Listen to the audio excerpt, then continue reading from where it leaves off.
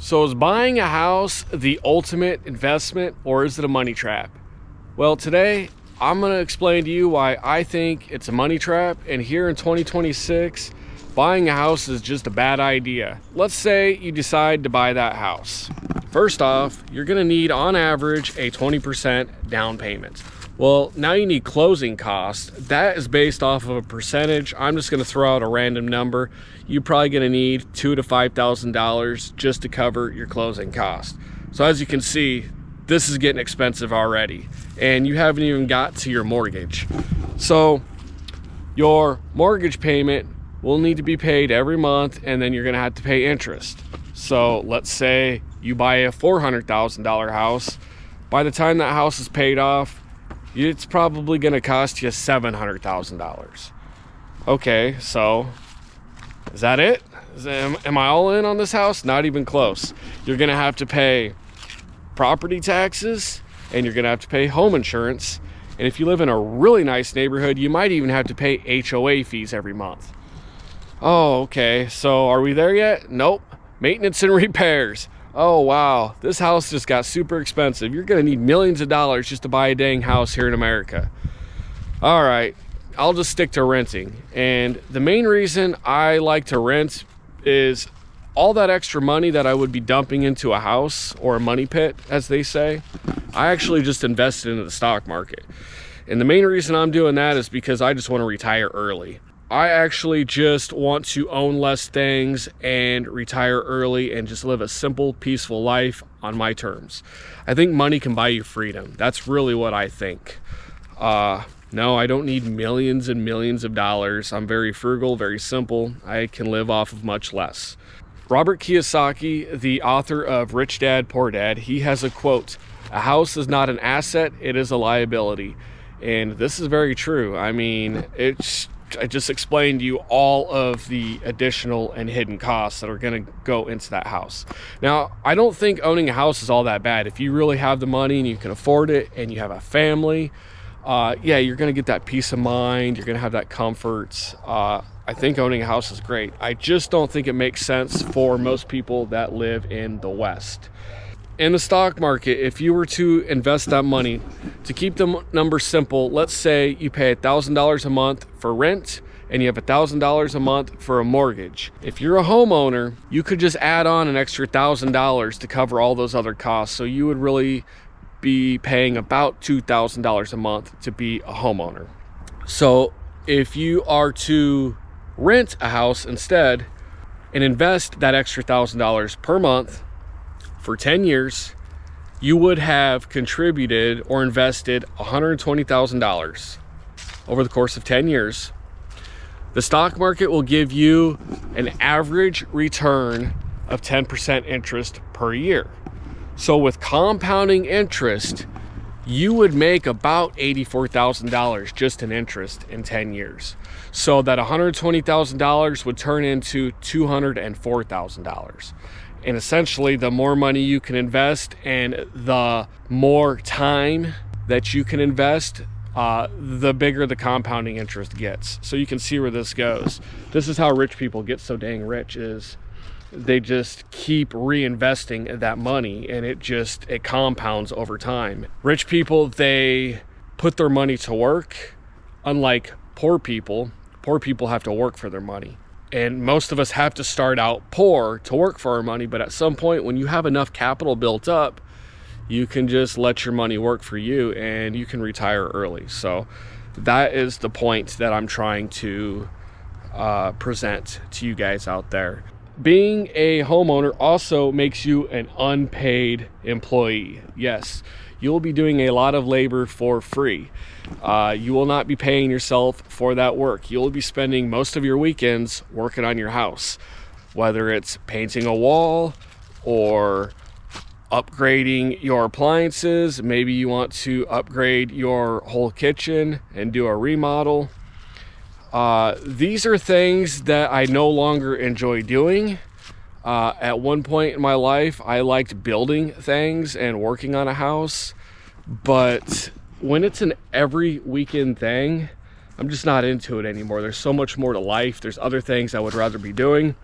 And I'm going to give you an example in this video. I helped my father re-roof his house a few years back. And looking back on it, it's great. I have the memories of spending that time with my dad. We did something constructive. We got up on the roof. You know, we got that job done. We bonded, I guess is what I'm trying to say. However, there's just other things we could have done. Maybe we could have went fishing or hiking or camping. I think that would have made for better memories when I look back on that stuff. However, it's still good that I had those memories. But my father, he's always working on that dang house. Owned that house for 25 years, and he just got done remodeling the kitchen. And you know, him and my mother, they enjoy doing those things. But I am to the point to my life to where I could do that stuff on occasion, but I would rather be out exploring, hiking, camping, just spending time in nature, or building stuff that I enjoy building. What if that roof leaks? That leads me to my next point. There's a lot of stress involved with being a homeowner.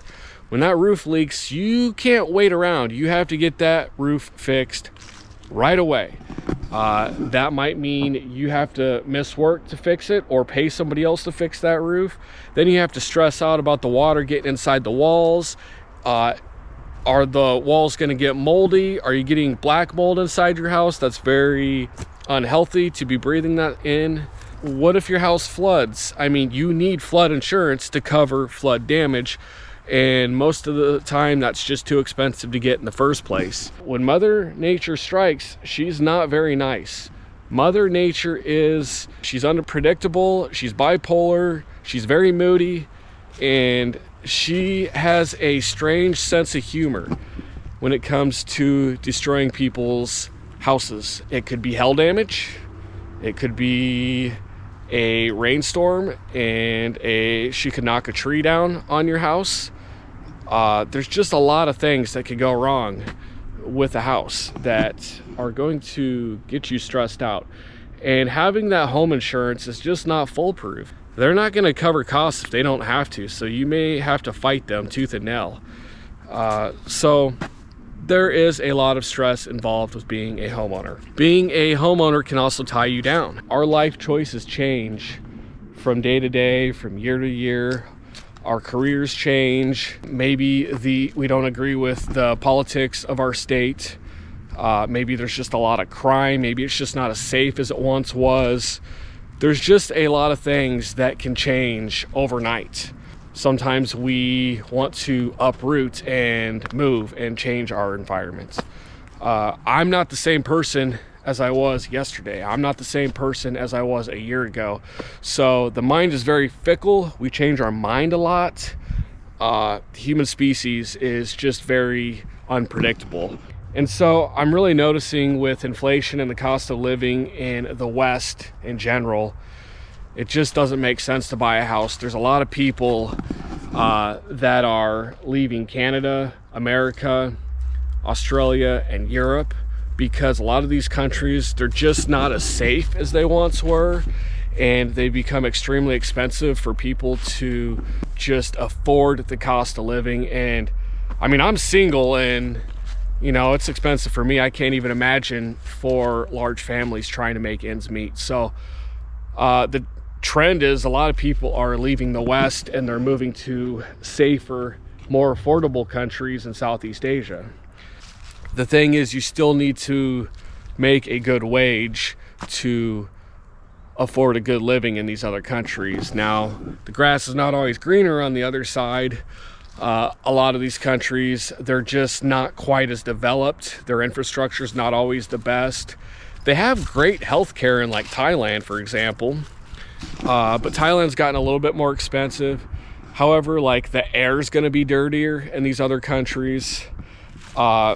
You're not going to make as much money if you have to work in these countries. So hopefully you can make your American wage or Canadian wage and use that money in these other countries, because then you're essentially rich. I think for somebody like myself who would like to explore and maybe travel, experience how other simpler cultures live, that's a benefit for me. Then maybe I can do this digital nomad YouTube thing and make a little side cash. So who knows? I think it's just going to add variety to my life, and there's other people that may want to do the same thing. If you want flexibility, lower monthly costs, more investing opportunities, maybe you want to just experience more of the world as opposed to being tied down to just one location for the rest of your life. That kind of sounds like torture to me because there's just so much more out there that we need to experience. So let me know in the comments, are you renting? Are you buying? What's your game plan for the future? Thanks for watching. Good luck to you. Peace.